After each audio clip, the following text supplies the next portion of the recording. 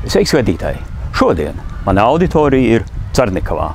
Un šeit, man aiz muguras, notiek kādas daudzdzīvokļu mājas atjaunošanas vai renovācijas darbi.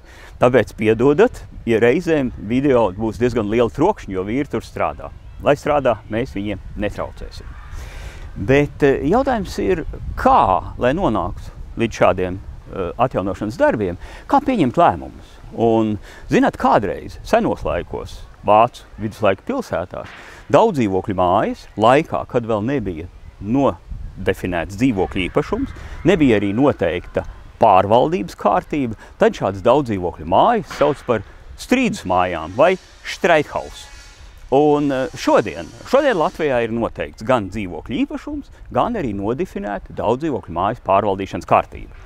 Bet vai šodien nav arī šīs mājas strīdus mājas un kāda vispār ir kārtība, lai nonāktu līdz šādiem atjaunošanas darbiem?